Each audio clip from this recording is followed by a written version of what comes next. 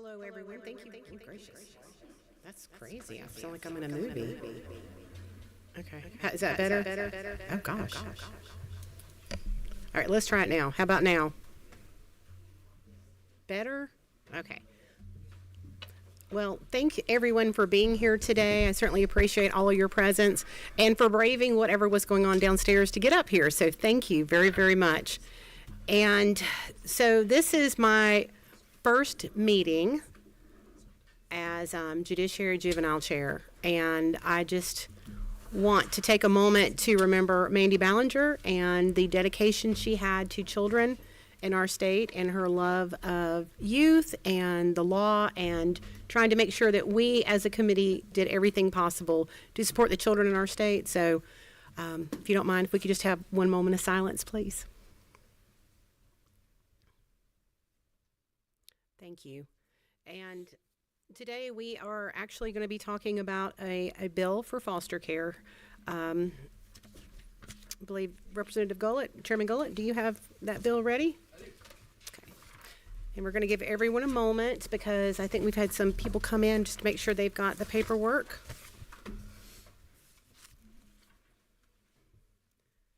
All right.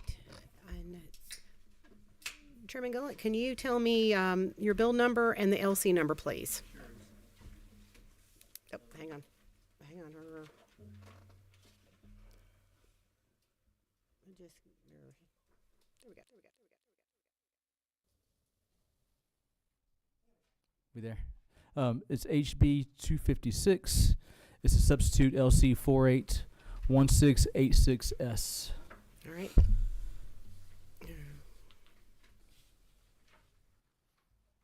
All right. Well, go ahead and present your bill when you're ready. All right, thank you. Members, this is a piece of legislation that was passed in the Senate in 2023. The same language passed the House in 2024. And for whatever reason, the Senate didn't get around to agreeing to it. So we're here again to try to get it done. The substitute is the same exact language that you voted on. I think it was unanimous in both the Senate and the House. But what this bill does is it's basically updating the Foster Parent Bill of Rights. So it's updating it to reflect how foster care actually works today. When this law was first enacted in the early 2000s, foster care largely meant traditional DFACS foster homes. Today, children may be placed with DFACS foster parents, private agencies, private agency foster parents, relatives, or fictive kin. This bill recognizes those caregivers as essential partners and ensures they're treated consistently and fairly. It focuses exclusively on the relationship between caregivers and the department. It does not create any new rights in juvenile court, does not change custody or judicial authority, and does not mandate new services or spending. This just clarifies existing rights around communication, training, case plan participation, and normalcy for children. It reinforces the reasonable and prudent parent standard, adds explicit protection against retaliation, and creates a clear administrative grievance process. It also allows for foster parents to request support from a trained, certified volunteer advocate during administrative investigations or disputes. That advocate is not an attorney, does not interfere with investigations, and does not impact the child safety decisions. Ultimately, this is just a stability and retention bill. Nationally, 30 to 50% of foster parents leave each year, and often because they feel unsupported or confused about the process. I'm a foster parent. I adopted my child through DFACS. I wasn't with an agency. I was a straight DFACS foster parent. Being a foster parent is difficult. I think it probably only increasingly getting more difficult. Not because of DFACS, not because of the agencies that support you, but because of the complicated cases and children. You know, the trauma that these children have been through is really complicated. I mean, these children have been through a lot oftentimes. There's not an easy situation. I feel like I got the best case situation. My child was born into foster care. I met him when he was like 17 months old. His foster mom before my wife and I is still involved in his life. He has a third grandmother. It really truly is the best case scenario, and that was not an easy. That was not even that what I feel like is best case scenario wasn't easy. And so let me go through the bill a little bit, but I just want to kind of give you a background about why I'm passionate about it. This is something that Representative Wiedauer, who's no longer here, carried through. Previously, I was second signer, so I kind of picked up the torch. But it is something that I do believe is really important. And I do believe is really important for the foster parents. I'm sure, like many of you, a number of your cases that you get from constituent services is related to foster care. Typically, the ones I get aren't the people who've had their children removed. It's oftentimes foster parents who don't know where to go, don't know where to turn. And so this is hopefully going to address some of that. Let me go line by line here. Lines 18 through 20 just creates and defines a certified volunteer advocate. And they're certified by the Office of Child Advocate. So that office already exists today. Lines 22 through 24, that expands the definition of foster parent to include relative caregivers and fictive kin. Lines 25 through 26 reaffirms the reasonable and prudent parent standard, which is already existing law today. Line 60 clarifies that foster parents may learn about their rights from independent sources. Lines 88 through 89 explicitly requires foster parents to receive a copy of the child's case plan.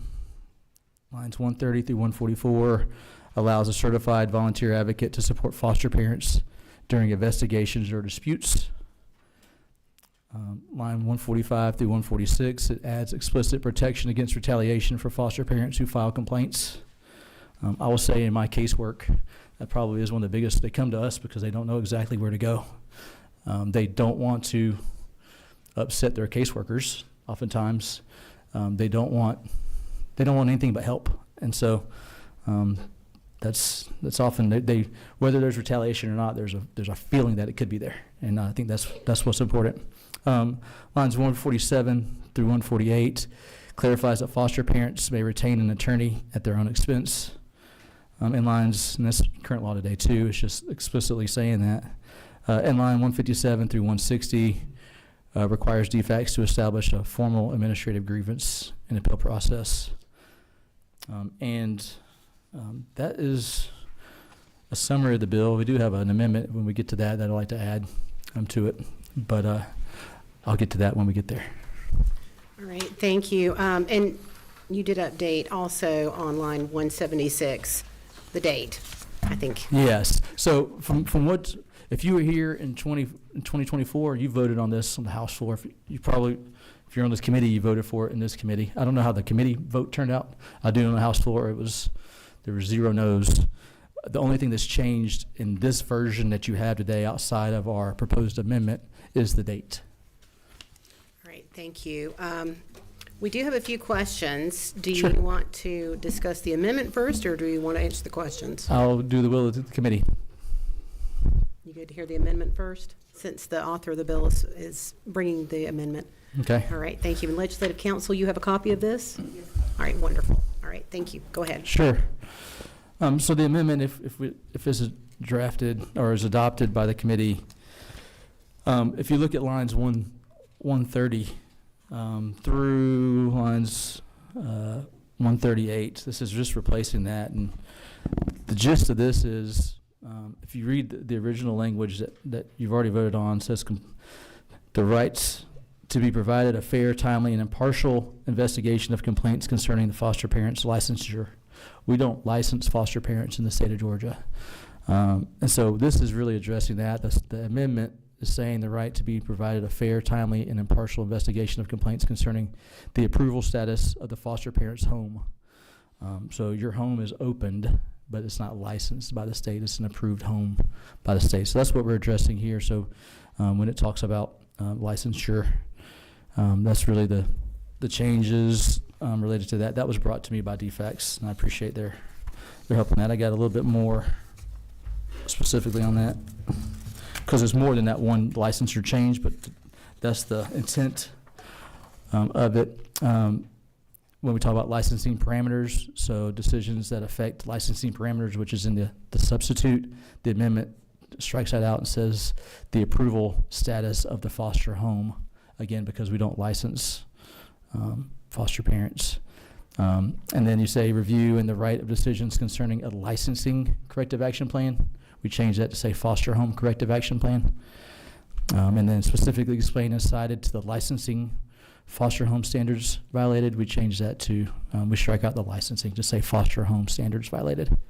So again, it's just related because we don't have licensing. Again, that's brought to me by DFACS, and I appreciate their help on that. All right, thank you so much. You do have a question. Representative Taylor, please go ahead with your question. Thank you, Madam Chair, and thank you, Representative. I appreciate your bringing this bill, and I also appreciate your serving as a foster parent. And we know right now the foster care, it's a whole lot going on in the foster care.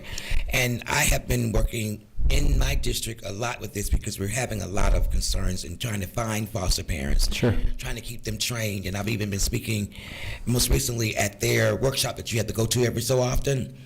And what I'm hearing, The impact training or something different? the impact training, Okay. yes.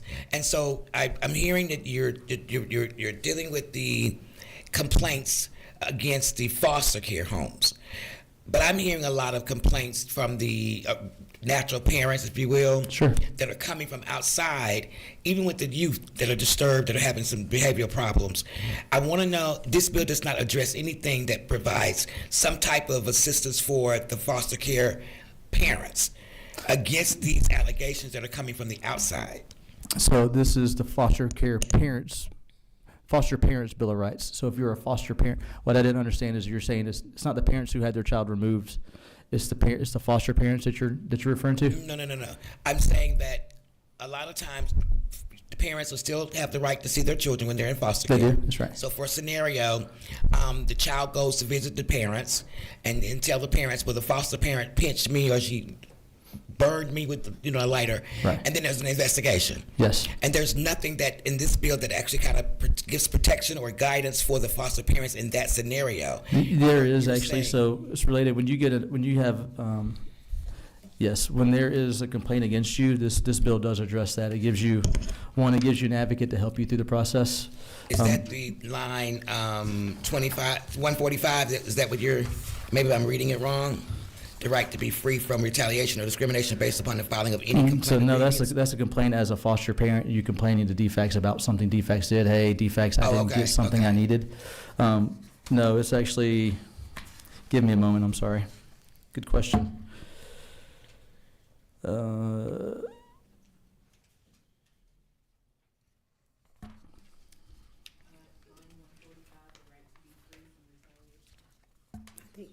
140. You going to line 145, you said? That's for filing a Yeah, that's or what I complaint was actually saying. No, that's not it. with DFACS as a foster parent, though. This is about having, basically being able to be protected a little bit from an investigation. So it's really the part we're changing. The right to be provided a fair, timely, and impartial investigation complaints concerning foster parents, if we do this, the amendment, foster home. So it's really starting in line 130 through 138, the exact thing we just changed, as well as 139, where you get the right to have a certified volunteer advocate present at all the meetings with the department to help you along the process. You're not alone if you get a complaint against you. You have an advocate there. Now, Today, my understanding is that you don't necessarily have an advocate at the administrative hearings because sometimes the foster child's information is private, and so Right. it's only between really you. You're kind of alone in the process. This would give you a certified advocate to be there along the process with you. So advocate does not mean a bondsman, someone to mediate, because a lot of these foster parents, they can't afford to get an attorney. Right. And I understand that there are a lot of allegations that are floating out there, and it just crushes some of these parents. I would like to have seen. I'll read this again. I'll read it again and make sure, because I just noticed that we didn't have a lot of elaboration on protecting the foster parents from Yeah. those type of allegations. But thank you so much for answering. I appreciate the question. I do think we have one line 130 through 144 specifically to that. So, right to request certified volunteer advocate be present at all meetings with the department where the foster parent is present, including but not limited to individual treatment and service planning, administrative hearings, the grievance and mediation process, the adoption process, any meetings related to an allegation process. So it does address that. Maybe it doesn't address it as strongly as you wish we could, and I'm happy to talk about that. But it is addressed slightly. Thank you. Representative Taylor, I will say we do have representatives from DFACS here, so you may want to catch up with them after and determine if you might want to get some legislation going. Okay? All right. Thank you. Representative Santos. Thank you, Madam Chair. Thank you, Representative Gillett. Is there an independent body to review the complaints, or do the caregivers have to report violations to the same agency that's being accused of wrongdoing? Yeah, so I think there is an independent body today where you can complain about defects. It's not part of defects. I don't remember if that's called the Office of, like, where the Office of Child Advocate. I think that's the office. I do know there is a place that you can complain about defects that they work through. They are an independent body who helps defects address their issues. Thank you. Mm-hmm. All right. Thank you. All right. Right now, it doesn't appear we have any further questions. We do have someone from DFACS, former Representative Regina Quick. Would you like to come up and speak for a moment on against the bill or for the bill? To the bill, Madam To the Chair. bill. Well, that's even better. You're welcome to go over to the podium if you'd like. And Chairman Gullett, if you want to stay tight, you can. I will. Yeah, Great, thank you. Thank you.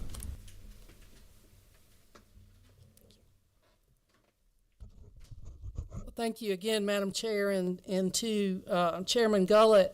He and I met this morning to sort of review discussions that had been had with Chairman Ballinger last year and Representative Wiedauer last year about the things I'm going to mention. I haven't seen the language about that he's now changed about the licensure section, so I imagine he and I will have continuing discussions perhaps as the bill moves, if it moves, and I would anticipate it to move, but that's all right.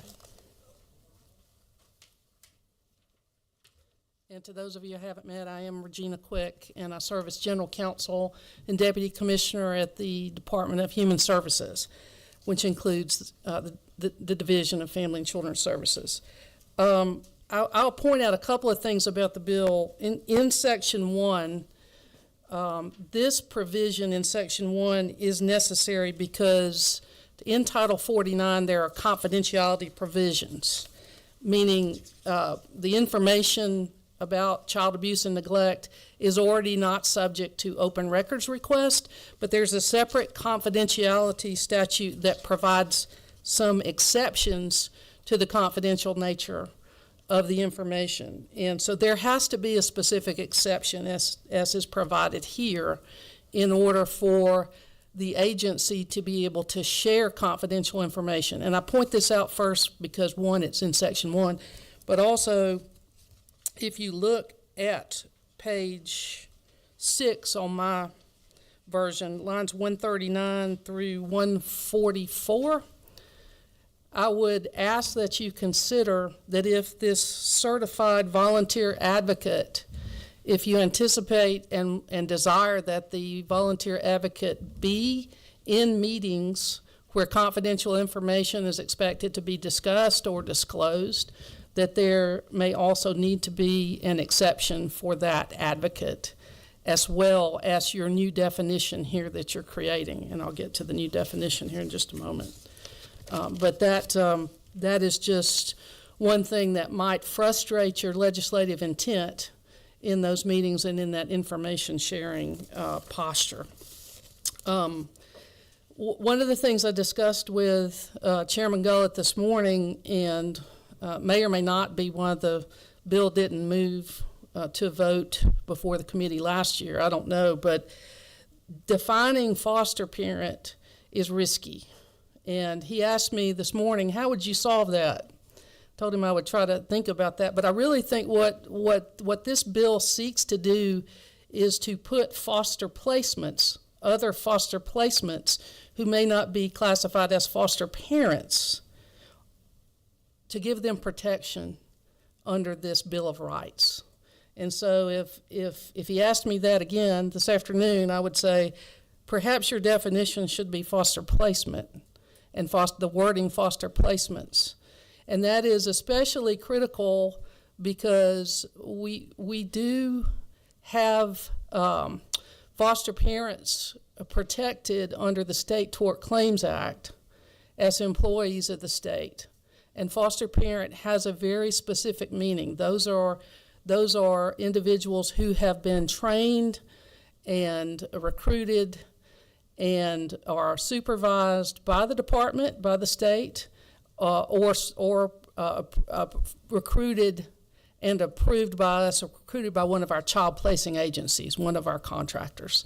So the word matters in terms of those words matter in terms of other legal contexts. So I would just ask the committee's consideration, perhaps, and if it moves forward today, I'll be continuing to ask Chairman Gullett to consider perhaps not making a new definition of foster parent out of whole cloth here, but to just simply extend the protections of this measure to foster placements.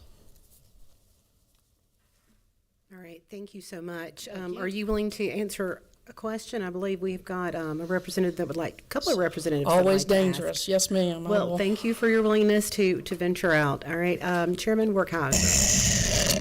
Thank you, and Ms. Quick, thank you for your service to the state in several roles. You're always one of the people I look to ask the question. Would it not, instead of trying to go through the bill and change foster parent to foster placement, on line 22, would that be a fix? Foster parent means foster parents, comma, foster placements, and then all the additional fictive kin and all the others. Would that fix that? I don't know that would, because again, you're defining foster parent here, and there could be some confusion, purposeful or not. If there's litigation, it might be purposeful confusion if somebody raises it. But these identified categories are not all foster parents. Right. All right, thank you. And Representative Oliver, I believe you're next. I apologize for not listening closely enough. Are you saying that this definition puts the foster care parents in an employee status that would be covered by Georgia tort claims? You're not saying that? No, ma'am, I'm not saying that. I'm saying that it will create confusion because foster parent is, in the State Tort Claims Act, an employee of the state. So For you're states. okay with that inference or that legal determination that they're employees, and you're thinking that this takes it out of the employee statute, arguably? Is that what you're saying? No, I think that someone could then potentially argue that it extends that immunity waiver to a category of individuals not contemplated. Who are you talking about there? You're talking about the advocate? Who are you talking about? I'm talking about people who sue the state. No, I'm talking about the category expanded to Yes, ma'am. beyond the family. Relative caregivers are not necessarily foster parents. Fictive kin are not foster parents. They may be approved placement without having the training and the status Yes, of ma'am. foster care parents. That's the distinction. Yes, ma'am.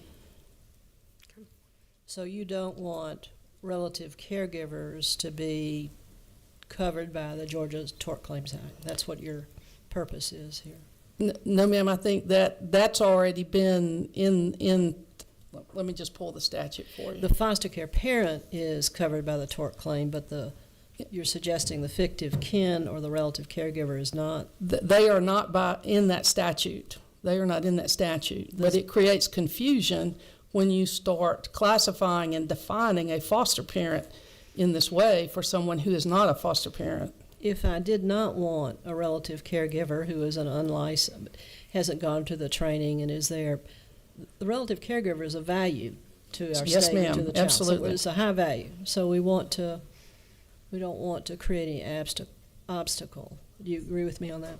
Yes, ma'am. Okay. So what would be the fix in your mind to remove any possible confusion? To refer to this new category as foster placement. the foster placement Bill of Rights. So it would be relative placement, fictive kin placement, is that the language you want to add? On line 22? On line 22, it would be replacing foster parent with foster placement, wherever else it appears. But then you say it includes foster parents, relative caregivers, so. Yes, ma'am, by definition, then the definition would include all those other caregivers who are important, but who are not licensed foster parents, because we don't license foster parents, who are not Trained and supervised. certified. They're Pardon not me? They're not trained to reach the category in which they'll get a per diem at the higher rate for being a foster care parent who's been certified. Is that the word you use for a foster care parent who's completed all the training? Approved is what I understand the terminology is in the department. Okay. I'll be corrected, I'm sure, before don't I know. walk back to the office if that's wrong. Okay. But I believe it's approved foster parent. Because we approve foster parents who are recruited by child placing agencies. They're not recruited by DFACS, but we do approve those foster parents and have to approve them. And the reason that matters is that the approved foster parent gets a higher per diem than the fictive kin who has not been approved. This is about a per diem reimbursement that really changes the categories. You may be correct. I'm not focused as much on the budgetary issues. You may be absolutely right about that. But I am focused on the creation of this definition of foster parent that has liability implications for the state.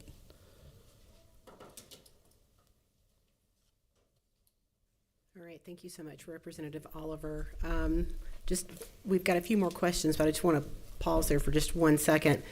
Representative Gullett, do you have an issue with the language change to foster care placement, or is that something you need to digest a little bit? Oh, all right. It would help if I turned it on. There you go. You're good. I don't think that I have an issue with that, if that's if it's the full body's thought of the committee. Really, we're trying to get the people who are taking care of the kids the ability to take care of the kids well. And so if the wording doesn't matter to me as long as the people are included into it, I guess is the reality of it. So if Representative Oliver thinks this is a good idea as well, then I kind of, I would defer to the committee in her lead, especially since she's done so much work in the juvenile space. But if she believes in keeping it parents, we'll digest it and I can change it later as well. Okay. If that makes sense later, or, All right. And I believe Legislative Council, you were requesting this to be submitted in writing to you. Is that correct? Yes, I just had a question about the clarity of the language.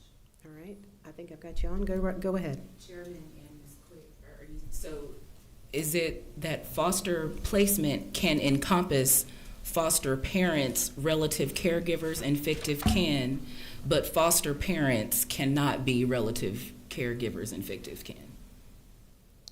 So are you saying that foster parents, relative caregivers and fictive kin can be foster placements, but relative caregivers and fictive kin cannot be classified as foster parents, just for clarity in the language? They would have to go through the process of being approved by the department to be foster parents. So the distinction in the language is that a foster placement can encompass a foster parent Yes, and a relative caregiver and fictive kin, yes. but a foster parent in the current classification cannot be a relative caregiver or fictive kin. It could be, but would not necessarily be. They would have to go through the process. Yes, Thank you. ma'am. Thank you. Does that clarify? Yes. Wonderful. Wonderful. All right. We do have, thank you. We have another question, if you're willing to bear with us for a moment. Vice Chairman Jenkins, go ahead with your question. I think you got it, but just for the sake of being thorough, fictive kin on section 2, you refer to a code section that defines fictive kin, and then on 4 you refer to another code section as a reasonable and prudent parents standard. Do we need to take foster parent and refer to a code section so that we don't risk putting a second definition out for something that's already defined and then create another line for these other things that we are talking about here and separate them? Is that what we're talking about, or am I? I think we did that on the first line 12, foster parents, the same meaning as 49.5, 281. So Okay. it's clean up to make sure it's in sync, at least in Title 49. I'm not sure foster parents somewhere else in the title, or somewhere else in the code, but Title Okay. 49 should be aligned. That would, in Title 49, that's necessary because it uses only the word foster parent in terms of the exception to the confidentiality rule. And so that would be, new subsection H would be necessary in order for us to share confidential information with a relative caregiver or fictive kin who might not be a foster parent.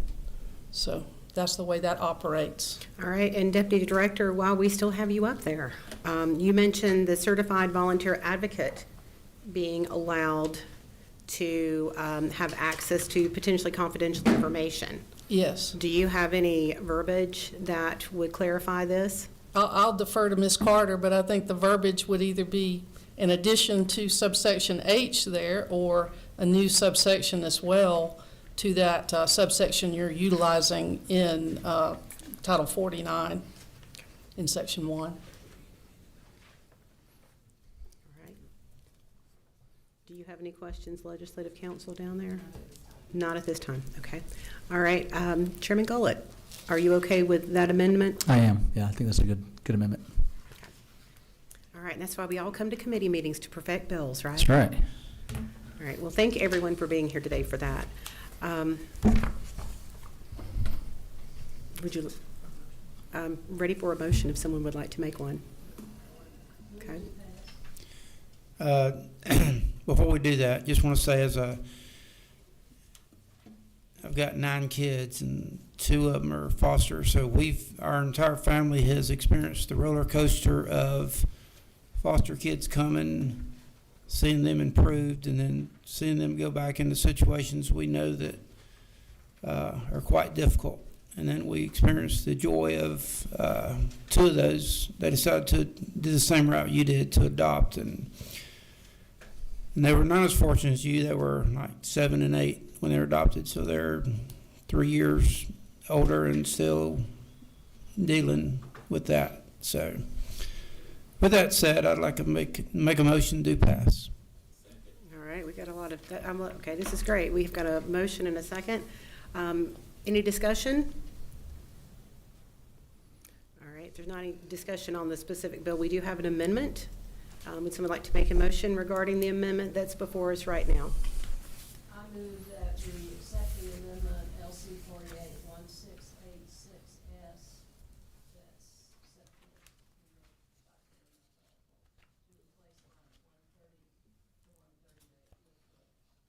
substitute that language set forth in the amendment. All right, we have a motion. Do we have a second to accept the amendment? Second, Representative Taylor. All right, a motion. We have any discussion involving the amendment moving forward? One thing I would ask. All right, we do. Vice Chair Jenkins, go ahead. What are we doing with our discussion regarding line 22, and are we going to try to fix that as well, or what are we doing with that, or is that going to stay? Well, let's go ahead and vote on the motion for the amendment, and then we'll come back to line 122 For a second amendment. for a second amendment. All right. All right. All right, all in favor? Can I add one thing? Of course. This wasn't vetted by Legislative Council, so I would just ask that we just put on the record that she has a little bit of grace, and like, if I missed a "the" or something there, the process is, close. I wrote it best I could, again, as it wasn't vetted by her, so if there's a change, maybe she's had time to read it, but just get the intent there. I think we're all in agreement on the intent. Okay. And this is not the last committee it will go through. It will also go through rules. Yeah, that's right. So if it is successful today. Okay. Are you good with us moving forward thus far? Okay. All right, well, it's the will of the committee, so we'll go forward with that. All right, so all those in favor for the proposed amendment to HB 256, LC 1686S is in Sam. All in favor, say aye. Aye. Any opposed? Okay, no opposed. Amendment passes. All right, going back to the original motion to pass the bill, is there any discussion? Forthright, I believe, Vice Chair Jenkins, you had some questions? Well, I'll be honest with you, I don't really know that I have the situational awareness to offer a solution to what we talked about with 22, but if we're, I would certainly entertain some sort of, if that needs to be clarified, that definition or whatever, I'd certainly entertain some verbiage to do that, or if the sponsor is good with it, we'll move it like it is, and if it needs to be fixed, it can be fixed elsewhere. I think there's not a lot of desire, like people are kind of stuck, so I will say, please give me input along the process. If we want to amend it later because we think that's the right thing, we'll do that. I would like to amend that. I would like to add the advocate, certified advocate, as part of section 1, if the committee thinks that's appropriate. I do think that's a key component. I'm a member of the committee. I can offer it. I think what she would say is we would go with, not sure if we have an I in that section 1. Let me see if we have an I. I think we would create an I, so it would be parentheses I, as used in this code section, the term certified volunteer advocate shall have the same meaning. Well, I'm not sure. Maybe put a comma, the term foster parent. Yeah, I don't know exactly. Chairman Legislative Gullett? Council maybe has some ideas. I was going to say, do we want to phone a friend and ask Deputy Director Quick to come back up? Does you have a suggestive verbiage for that?